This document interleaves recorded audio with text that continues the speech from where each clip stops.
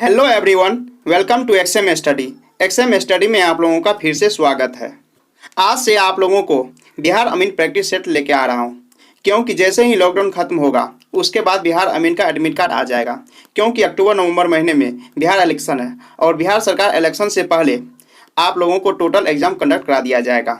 अगर आप लोग बिहार अमीन का तैयारी छोड़ दिए हैं तो फिर से तैयारी करना स्टार्ट कर दीजिए, क्योंकि लॉकडाउन खत्म होने के बाद आप लोगों को टाइम नहीं बचेगा। इसलिए उससे पहले स्टार्ट कर दीजिए। और लॉकडाउन में आप लोगों को टाइम कुछ ज़्यादा ही मिल रहा है, इसलिए और सही टाइम पे आप लोगों का सिलेबस खत्म हो जाएगा। और प्रैक्टिस सेट मैं आप लोगों को डेली दूंगा, तो आप लोग डेली प्रैक्टिस सेट बनाइए। अगर उसमें आप लोग 50 आउट ऑफ 40 के आसपास आ रहा है तो आप लोगों का प्रिपरेशन बहुत ही अच्छा चल रहा है। तो आप लोग कमेंट बॉक्स में मुझे अपना रिजल्ट बताइए कि कितना आउट ऑफ कितना आ रहा है।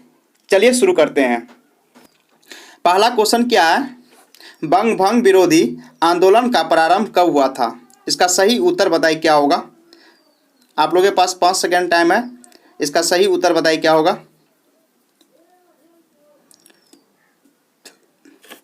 क्या उसका करेक्ट ऑप्शन नंबर क्या होगा? बी, 7 अगस्त 1905 ईस्वी को बंग भंग विरोधी आंदोलन का प्रारंभ हुआ था। इसका प्रारंभ होने का मेन रीजन यही था, भारत का वायसराय लॉर्ड कर्जन ने 19 जुलाई 1905 को बंगाल विभाजन की घोषणा कर दी थी। चलिए अगला क्वेश्चन देखते हैं क्या है। क्रांतिकारियों के एक गुप्त संगठन अभिनव भारत का गठन किसने किया था? तो बताइए इसका सही उत्तर क्या होगा। इसका करेक्ट ऑप्शन नंबर बताइए क्या होगा।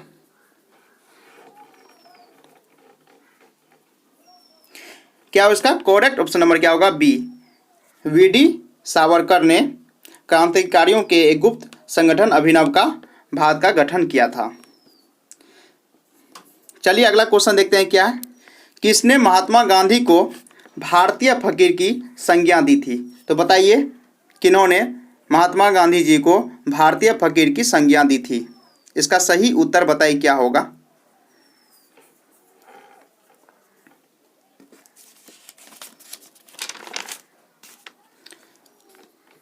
क्या उसका करेक्ट ऑप्शन नंबर क्या होगा? ए, विंस्टन चर्चिल ने महात्मा गांधी को भारतीय फकीर की संज्ञा दी थी। ब्रिटिश प्रधानमंत्री विंस्टन चर्चिल ने महात्मा गांधी को अर्धनग्न फकीर कहा था। चलिए अगला क्वेश्चन देखते हैं क्या।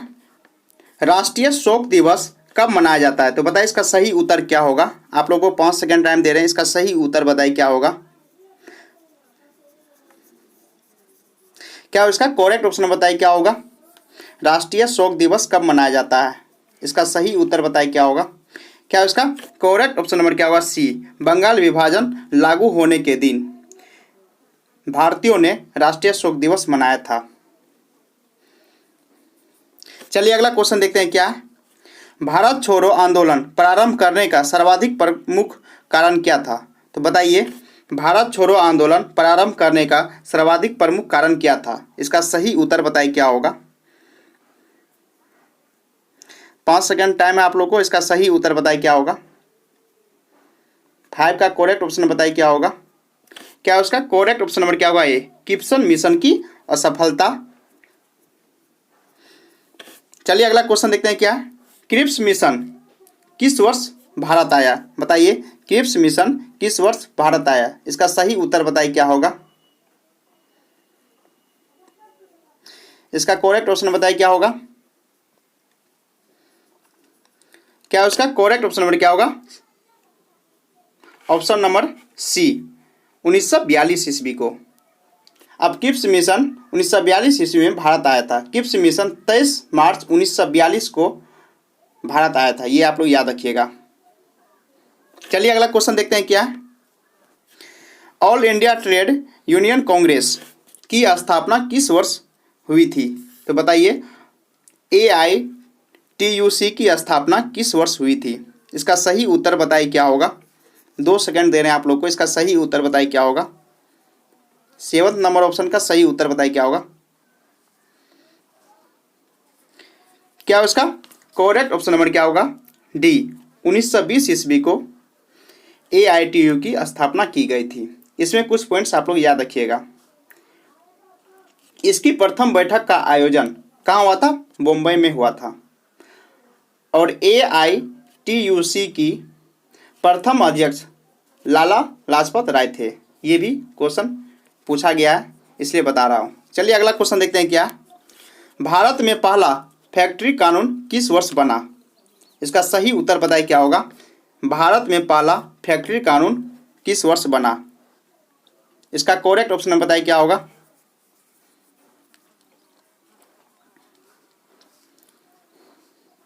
क्या उसका करेक्ट ऑप्शन नंबर क्या होगा? सी, 1881 ईस्वी में भारत में पहला फैक्ट्री कानून वर्ष बना था। इसमें एक पॉइंट्स याद रखिएगा, लॉर्ड रिपन के काल में प्रथम फैक्ट्री एक्ट लाया गया था। ये भी क्वेश्चन पूछा जा सकता है, प्रथम फैक्ट्री एक्ट कब किस काल में लाया? तो क्या याद रखिएगा? लॉर्ड रिपन के काल में। एक पॉइंट्स और याद रखिएगा, स्वतंत्र भारत में प्रथम औद्योगिक नीति 1948 ईस्वी में लाया था। ये भी आप लोग याद रखिएगा, स्वतंत्र भारत में प्रथम औद्योगिक नीति 1948 ईस्वी में लाया था। चलिए अगला क्वेश्चन देखते हैं। क्या स्वतंत्रता, समानता और बंधुत्व का नारा किस क्रांति में दिया गया? इसका सही उत्तर बताइए क्या होगा?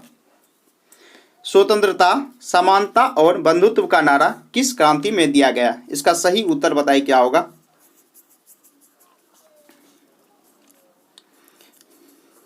क्या उसका करेक्ट ऑप्शन नंबर क्या होगा? बी, फ्रांसीसी क्रांति में। स्वतंत्रता, समानता और बंधुत्व का नारा फ्रांसीसी क्रांति का है। चलिए अगला क्वेश्चन देखते हैं। क्या है 1789 ईस्वी की क्रांति के बाद फ्रांस में किस प्रकार की शासन व्यवस्था स्थापित की गई थी? इसका सही उत्तर बताइए क्या होगा? 1789 की क्रांति के बाद फ्रांस में किस शासन व्यवस्था की स्थापित की गई थी? इसका सही उत्तर बताइए क्या होगा? 2 सेकंड आप लोगों के पास। इसका सही उत्तर बताइए क्या होगा?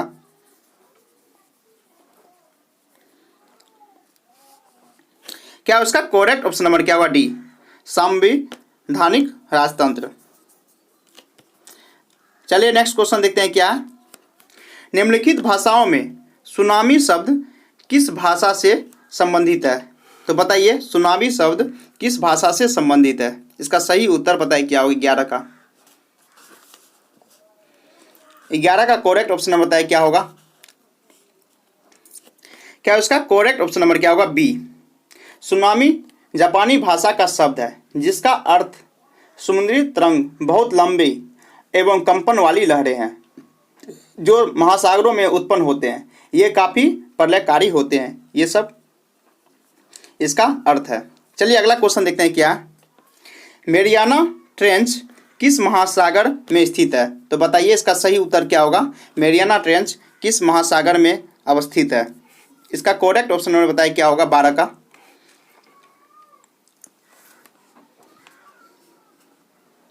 क्या इसका करेक्ट ऑप्शन नंबर क्या होगा? बी, प्रशांत महासागर में। मेरियाना ट्रेंच प्रशांत महासागर में स्थित है। और मेरियाना ट्रेंच इसकी गहराई कितनी है? 11,022 मीटर है। ये आप लोग याद रखिएगा, मेरियाना ट्रेंच की गहराई 11,022 मीटर है। चलिए अगला क्वेश्चन देखते हैं। क्या है मानसरोवर झील कहाँ स्थित है? इसका सही उत्तर बताइए क्या होगा? मानसरोवर झील कहाँ पे स्थित है? इसका करेक्ट ऑप्शन बताइए क्या होगा? 13 का।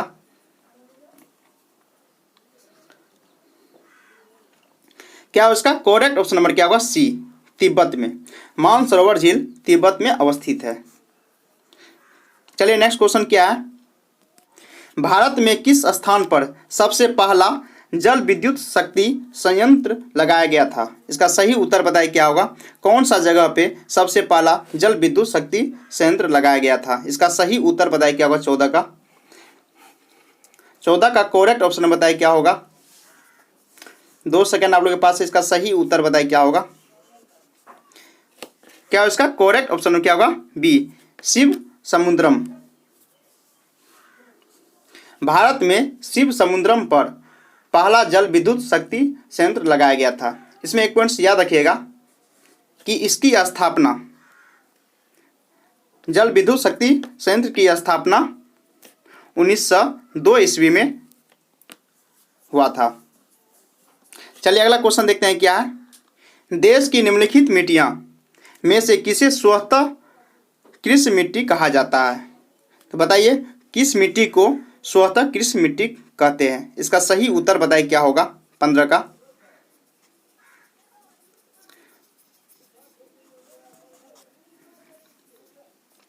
क्या होगा इसका करेक्ट ऑप्शन क्या होगा? सी, कपास की काली मिट्टी को स्वतः कृषि मिट्टी कहा जाता है। और काली मिट्टी में जल धारणा की अब क्षमता अधिक होती है, इसी कारण इसमें नमी बहुत ही अधिक रहती है। ये भी पॉइंट्स याद रखिएगा। चलिए अगला क्वेश्चन देखते हैं क्या है। भारत में जनसंख्या की त्वरित वृद्धि का प्रमुख कारण क्या है? तो बताइए इसका सही उत्तर क्या होगा? 16 का करेक्ट ऑप्शन बताइए क्या होगा?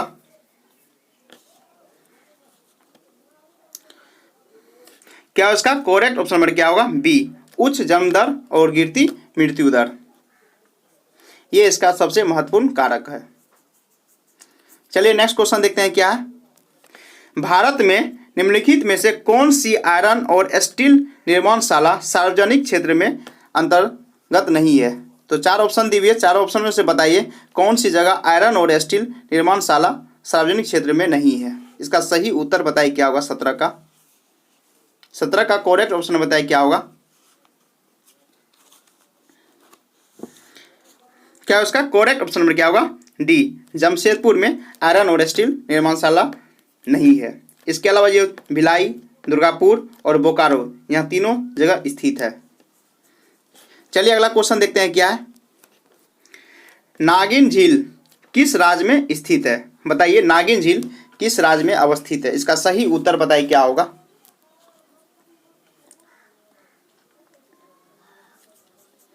क्या होगा इसका करेक्ट ऑप्शन क्या होगा? ए, जम्मू कश्मीर में नागिन झील अवस्थित है। इसमें 1-2 पॉइंट्स याद रखिएगा। और उलर झील, डल झील, ये दोनों झील भी जम्मू कश्मीर राज्य में ही अवस्थित है। चलिए अगला क्वेश्चन देखते हैं क्या। किसी भारतीय राज्य के राज्यपाल की नियुक्ति किनके द्वारा होती है? बताइए राज्यपाल की नियुक्ति किनके द्वारा होती है? इसका सही उत्तर बताइए क्या होगा? 19 का सही उत्तर बताइए क्या होगा? 2 सेकंड आप लोगों के पास है।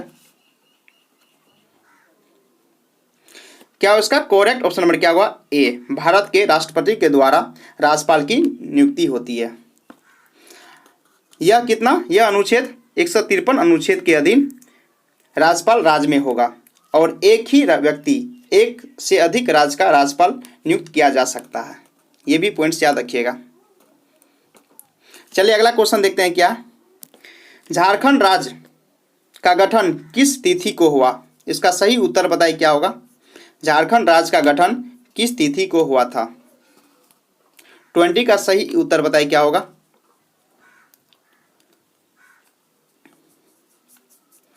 क्या इसका करेक्ट ऑप्शन नंबर क्या होगा? सी, 15 नवंबर 2000 ईस्वी को झारखंड बिहार से अलग हुआ था और यह भारत के 28वें राज्य के रूप में गठन किया गया था। ये भी पॉइंट्स याद रखिएगा। और झारखंड की राजधानी कहाँ है? रांची है। ये भी पॉइंट्स आप लोग याद रखिएगा।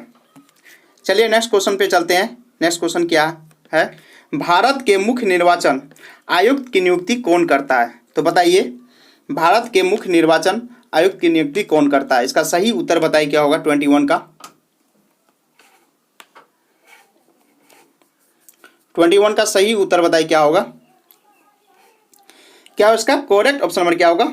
ए, राष्ट्रपति के द्वारा भारत के मुख्य निर्वाचन आयुक्त की नियुक्ति होता है। और संविधान के भाग किसमें? संविधान के भाग 15 और अनुच्छेद 324 से लेकर के 329 में निर्वाचन से संबंधित उपलब्ध दिया गया है। ये भी पॉइंट्स आप लोग याद रखिएगा कि कौन कौन अनुच्छेद में आता है। 324 से लेकर के 329 जो है मुख्य निर्वाचन आयुक्त का, और इसका कौन सा भाग है? संविधान के 15 भाग में है। और एक पॉइंट्स और याद रखिएगा दोस्तों, इसका सबसे मेन पॉइंट्स क्या है कि मुख्य निर्वाचन आयुक्त की स्थापना कब हुई थी? तो इसकी स्थापना 25 जनवरी, ये भी पॉइंट्स याद रखिएगा, 25 जनवरी 1950 ईस्वी को हुई थी। और मुख्य निर्वाचन आयुक्त का कार्यकाल 6 वर्ष या 65 वर्ष की आयु जो भी पहले हो तब तक होती है। ये भी पॉइंट्स आप लोग याद रखिएगा दोस्तों। चलिए अगला क्वेश्चन देखते हैं क्या है। संविधान का कौन सा संशोधन राजनीतिक दल बदल से संबंधित है? तो बताइए इसका सही उत्तर क्या होगा। 22 का सही उत्तर बताइए क्या होगा। 2 सेकंड आप लोगों के पास, इसका सही उत्तर बताइए क्या होगा।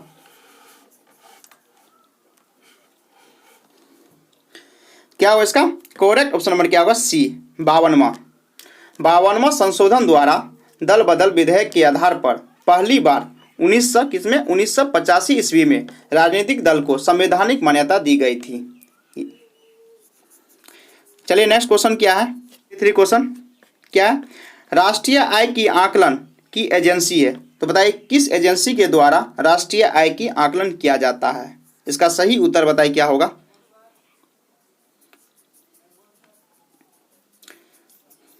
क्या होगा इसका करेक्ट ऑप्शन क्या होगा? डी, ऑप्शन नंबर डी, केंद्रीय सांख्यिकी संगठन के द्वारा राष्ट्रीय आय की आकलन किया जाता है। चलिए नेक्स्ट क्वेश्चन क्या है। भारत की राष्ट्रीय आय का सबसे बड़ा भाग निम्न से प्राप्त होता है, बताइए इसका सही उत्तर क्या होगा। 24 का 24 का करेक्ट ऑप्शन बताइए क्या होगा। क्या होगा इसका करेक्ट ऑप्शन नंबर क्या होगा? बी, तृतीय सेक्टर। भारत की राष्ट्रीय आय का सबसे बड़ा भाग तृतीय सेवा क्षेत्र है। चलिए अगला क्वेश्चन देखते हैं क्या है। इनमें किनका बाजार अंतर्राष्ट्रीय होता है? बताइए, 4 ऑप्शन दिए, चारों ऑप्शन में से बताइए किनका बाजार अंतर्राष्ट्रीय होता है। इसका सही उत्तर बताइए क्या होगा। 25 का करेक्ट ऑप्शन बताइए क्या होगा।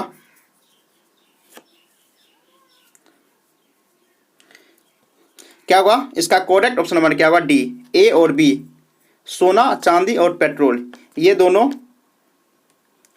अंतर्राष्ट्रीय बाजार होते हैं। इसमें एक पॉइंट्स याद रखिएगा, विश्व की सबसे बड़ी मंडी न्यूयॉर्क है। याद रखिएगा, विश्व की सबसे बड़ी मंडी न्यूयॉर्क है। हेलो गाइस, अभी तक आपने चैनल को सब्सक्राइब नहीं किए हो तो प्लीज़ चैनल को जरूर सब्सक्राइब कर लीजिएगा। उसके साथ साथ बेल आइकन भी प्रेस कर लीजिए। जैसे ही मेरा वीडियो अपलोड होगा आप लोगों को सबसे पहले नोटिफिकेशन मिल जाएगा। और अपने दोस्तों को लोग को भी शेयर कर दीजिए, क्योंकि बिहार अमीन का प्रैक्टिस सेट मैं डेली लाता रहता हूँ। उसके साथ साथ मैं आप लोगों को एक्स्ट्रा फैक्ट्स भी बताता हूँ, इसमें क्या क्या चीज़ आता है। सो आप अपने दोस्तों लोग को भी बोलिए कि बिहार अमीन का तैयारी करने के लिए जो भी फॉर्म फिलअप किए हैं, क्योंकि लॉकडाउन जैसे ही ख़त्म होगा उसके बाद एग्ज़ाम स्टार्ट हो जाएगा। क्योंकि अक्टूबर नवंबर के महीने में बिहार सरकार इलेक्शन है, जिसके चलते इलेक्शन से पहले हर एग्ज़ाम हो जाएगा। चलिए नेक्स्ट क्वेश्चन क्या है। वास्तविक सकल घरेलू उत्पाद को मापा जाता है, तो बताइए किसके द्वारा वास्तविक सकल घरेलू उत्पाद को मापा जाता है। इसका सही उत्तर बताइए क्या होगा। 26 का करेक्ट ऑप्शन बताइए क्या होगा।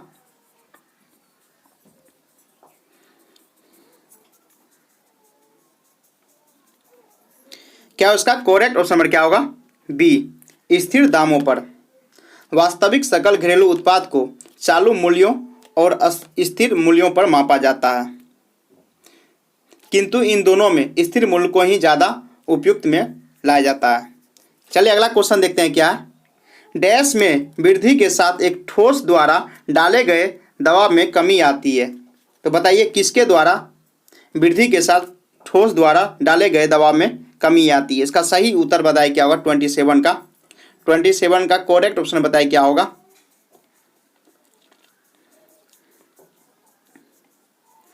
क्या उसका करेक्ट ऑप्शन क्या होगा? बी, क्षेत्रफल में वृद्धि के साथ एक ठोस द्वारा डाले गए दबाव में कमी आती है। चलिए नेक्स्ट क्वेश्चन देखते हैं क्या है। प्रतिध्वनि सुनाई देने के लिए स्रोत और प्रवर्तक के बीच लगभग डैश की दूरी होनी चाहिए। इसका सही उत्तर बताइए क्या होगा। क्या क्वेश्चन फिर से पढ़िए। प्रतिध्वनि सुना देने के लिए स्रोत और प्रवर्तक के बीच लगभग डैश की दूरी होना चाहिए। इसका सही उत्तर बताइए क्या होगा। 2 सेकंड टाइम, इसका सही उत्तर बताइए क्या होगा। 28 का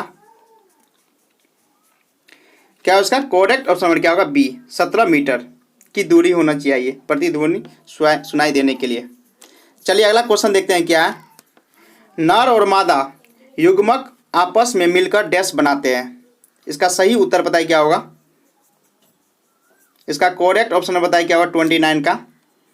2 सेकेंड टाइम है, इसका सही उत्तर बताइए क्या होगा। 29 का करेक्ट ऑप्शन बताइए क्या होगा। क्या उसका करेक्ट ऑप्शन क्या होगा ए, युग्मज। नर और मादा युग्मक आपस में मिलकर युग्मज बनाते हैं। इसमें 2-3 पॉइंट्स है, इस तीनों पॉइंट्स को आप लोग याद रखिएगा।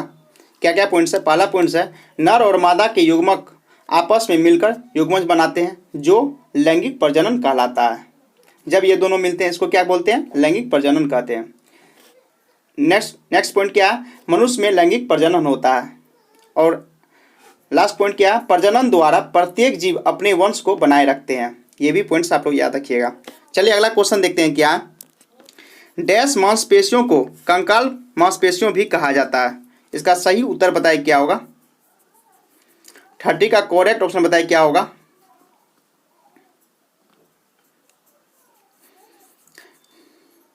क्या उसका करेक्ट ऑप्शन क्या होगा डी, ऐच्छिक मांसपेशियों को कंकाल मांसपेशियां भी कहा जाता है। इसमें एक पॉइंट याद रखिएगा, 500 से अधिक, कितना 500 से अधिक मांसपेशियां मनुष्य में पाया जाता है। ये पॉइंट्स याद रखिएगा।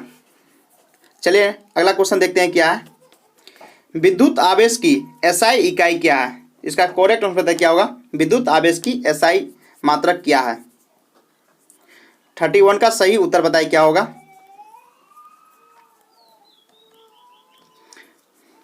क्या इसका करेक्ट ऑप्शन क्या होगा सी, कूलम।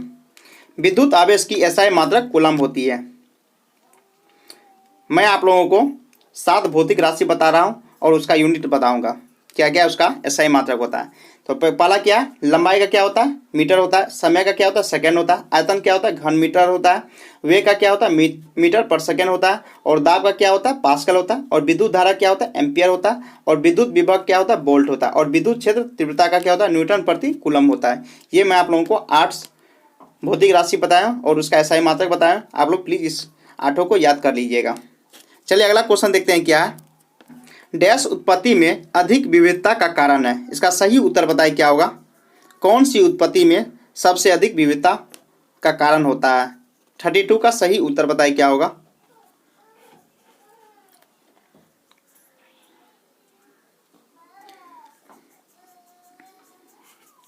क्या उसका करेक्ट ऑप्शन क्या होगा बी, यौन प्रजनन में। यौन प्रजनन उत्पत्ति में अधिक विविधता का कारण होता है। इसमें 5-6 पॉइंट्स बताऊंगा, इस 5 पॉइंट्स को आप लोग सुन लीजिए क्या क्या है इसका। जिस प्रक्रम द्वारा जीव अपनी संख्या में वृद्धि करते हैं उसे प्रजनन कहते हैं, पहला पॉइंट। सेकंड पॉइंट्स क्या है, प्रजनन जीवों का सर्व प्रमुख लक्षण है। और अगला पॉइंट क्या है, मानव क्या होता है एक लिंगी प्राणी होती है। क्या मानव एक लिंगी प्राणी होती है। अगला पॉइंट्स क्या है, नर और मादा में लिंग अलग अलग पाए जाते हैं। उसके अगला पॉइंट्स क्या है, जो जीव केवल शुक्राणु उत्पन्न करते हैं उसे क्या होते हैं नर कहते हैं, और जो जीवों में केवल अंडाणु की उत्पत्ति होती है उसे मादा कहते हैं। इसमें एक पॉइंट्स याद रखिएगा, अंडाणु का निषेचन फिलोपियन नलिका के द्वारा होता है। ये भी आप लोग याद रखिएगा। चलिए अगला क्वेश्चन देखते हैं। क्या है आवर्ती सारणी में न्यूनतम अभिक्रियाशील तत्व है। बताइए कौन सी तत्व न्यूनतम अभिक्रियाशील है। इसका सही उत्तर बताइए क्या होगा। 33 का।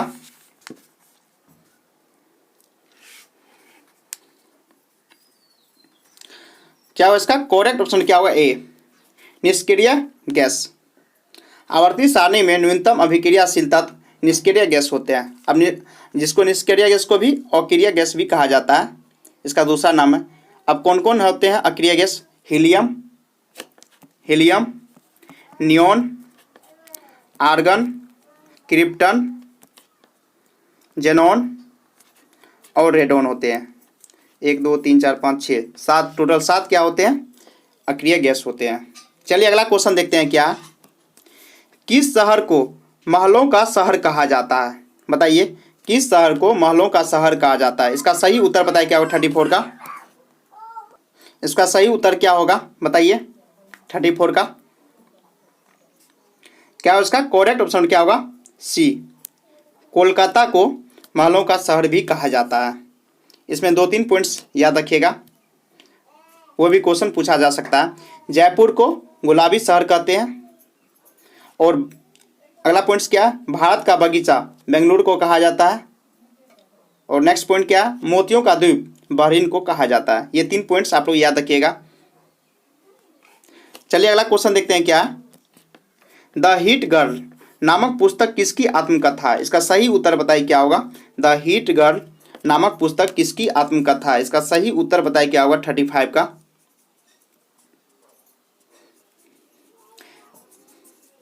5 सेकेंड टाइम में इसका सही उत्तर बताइए क्या होगा।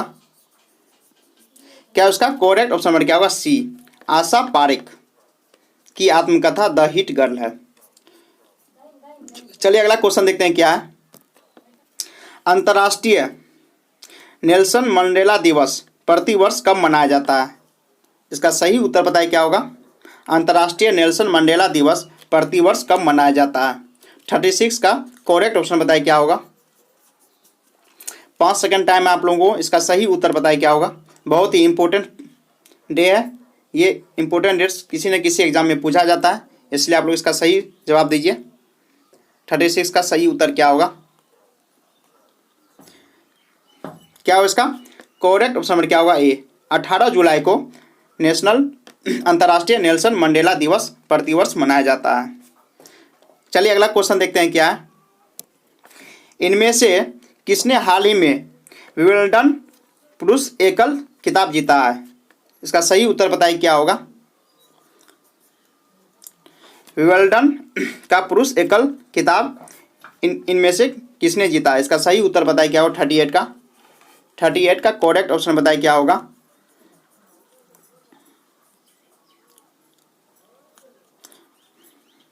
क्या उसका करेक्ट ऑप्शन क्या होगा, बी, नोवाक जोकोविच ने विंबलडन का पुरुष एकल खिताब जीता था।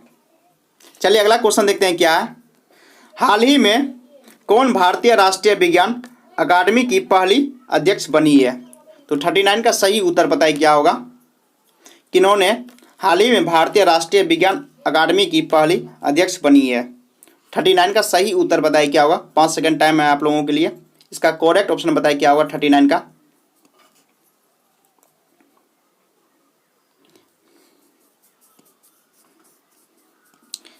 क्या होगा, इसका करेक्ट ऑप्शन नंबर क्या होगा, डी, चंद्रिमा शाह। चलिए नेक्स्ट क्वेश्चन देखते हैं क्या है, हाल ही में प्रणब मुखर्जी को भारत रत्न दिया गया, बताइए यह सम्मान पाने वाले भारत के कौन से राष्ट्रपति है? 40 का सही उत्तर बताइए क्या होगा। 40 का करेक्ट ऑप्शन बताइए क्या होगा। 5 सेकेंड टाइम है, इसका सही उत्तर बताइए क्या होगा। क्या इसका करेक्ट ऑप्शन नंबर क्या होगा, सी, 5वें राष्ट्रपति के रूप में प्रणब मुखर्जी को भारत रत्न दिया गया है। चलिए अगला क्वेश्चन देखते हैं क्या, हाल ही में उपराष्ट्रपति वेंकैया नायडू ने किस राज्य के लिए मुख्यमंत्री आशीर्वाद योजना की घोषणा की है? तो बताइए, मुख्यमंत्री कृषि आशीर्वाद योजना की घोषणा हाल ही में उपराष्ट्रपति वेंकैया ने किस राज्य के लिए किया है? इसका सही उत्तर बताइए क्या होगा। 41 का 2 सेकेंड आप लोग टाइम, इसका सही उत्तर बताइए क्या। 41 का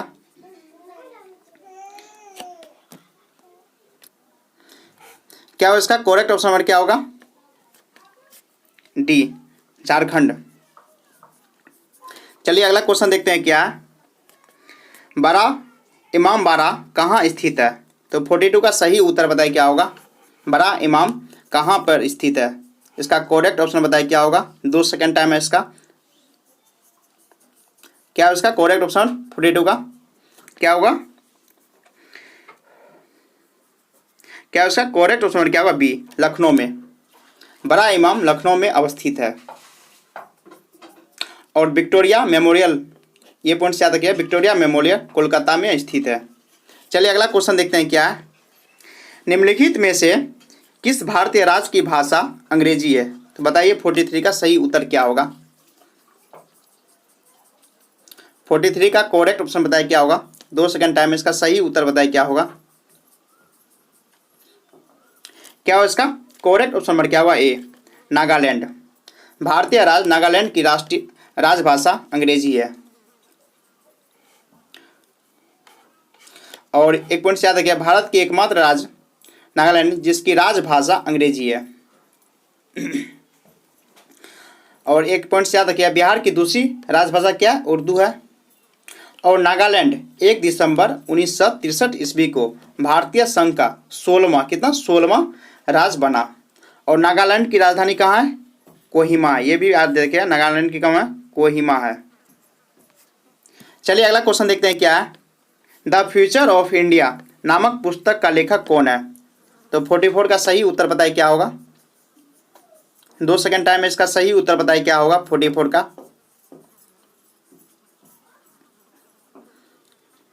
क्या होगा इसका करेक्ट ऑप्शन नंबर क्या होगा? ए, बिमल जालान। इसमें एक पॉइंट याद रखिएगा, बिमल जालान आरबीआई के पूर्व गवर्नर थे। ये भी पॉइंट्स याद रखिएगा। चलिए अगला क्वेश्चन देखते हैं क्या है। WTO का मुख्यालय कहाँ अवस्थित है? इसका सही उत्तर बताइए क्या होगा 45 का। WTO का मुख्यालय कहाँ स्थित है? क्या होगा इसका करेक्ट ऑप्शन क्या होगा? डी, जेनेवा में। WTO का मुख्यालय जेनेवा में स्थित है। चलिए अगला क्वेश्चन देखते हैं क्या है। 5 हिंदी क्वेश्चन लिए हुए, 5 क्वेश्चन का आप लोग जवाब दीजिए। क्या 46 दीर्घ संधि का उदाहरण है? बताइए 46 का सही उत्तर क्या होगा? दीर्घ संधि का उदाहरण है। 4 ऑप्शन दिए, 4 ऑप्शन बताइए दीर्घ संधि का कौन सा उदाहरण है?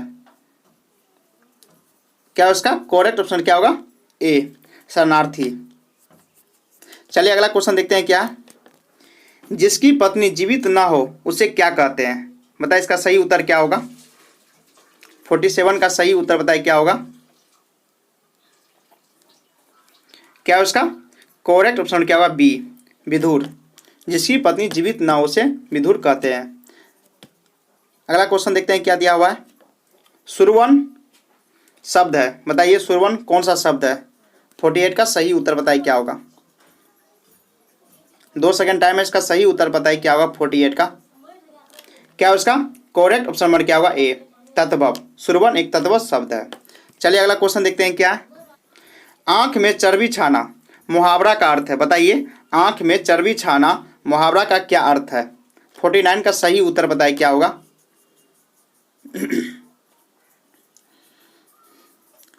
क्या उसका करेक्ट ऑप्शन क्या होगा? बी, मद से अंधा होना। प्लीज़ अगर वीडियो अच्छा लगा हो एक लाइक ज़रूर कीजिएगा और अपने दोस्तों को भी शेयर कीजिएगा। चलिए last question of the test series और लॉकडाउन क्लास 2 का यह लास्ट क्वेश्चन क्या है 50 का। प्रतिदिन में समास है, बताइए प्रतिदिन में कौन सा समास है? इसका सही उत्तर बताइए क्या होगा। 50 का सही उत्तर बताइए क्या होगा। प्रतिदिन में समास है, कौन सा समास प्रतिदिन में है? क्या उसका करेक्ट ऑप्शन क्या होगा? सी, अवयवी भाव। प्रतिदिन में अवयवी भाव समास है। Thank you guys. अगर वीडियो अच्छा लगा हो प्लीज़ एक लाइक ज़रूर कीजिएगा और अपने दोस्तों को ज़रूर शेयर कीजिएगा।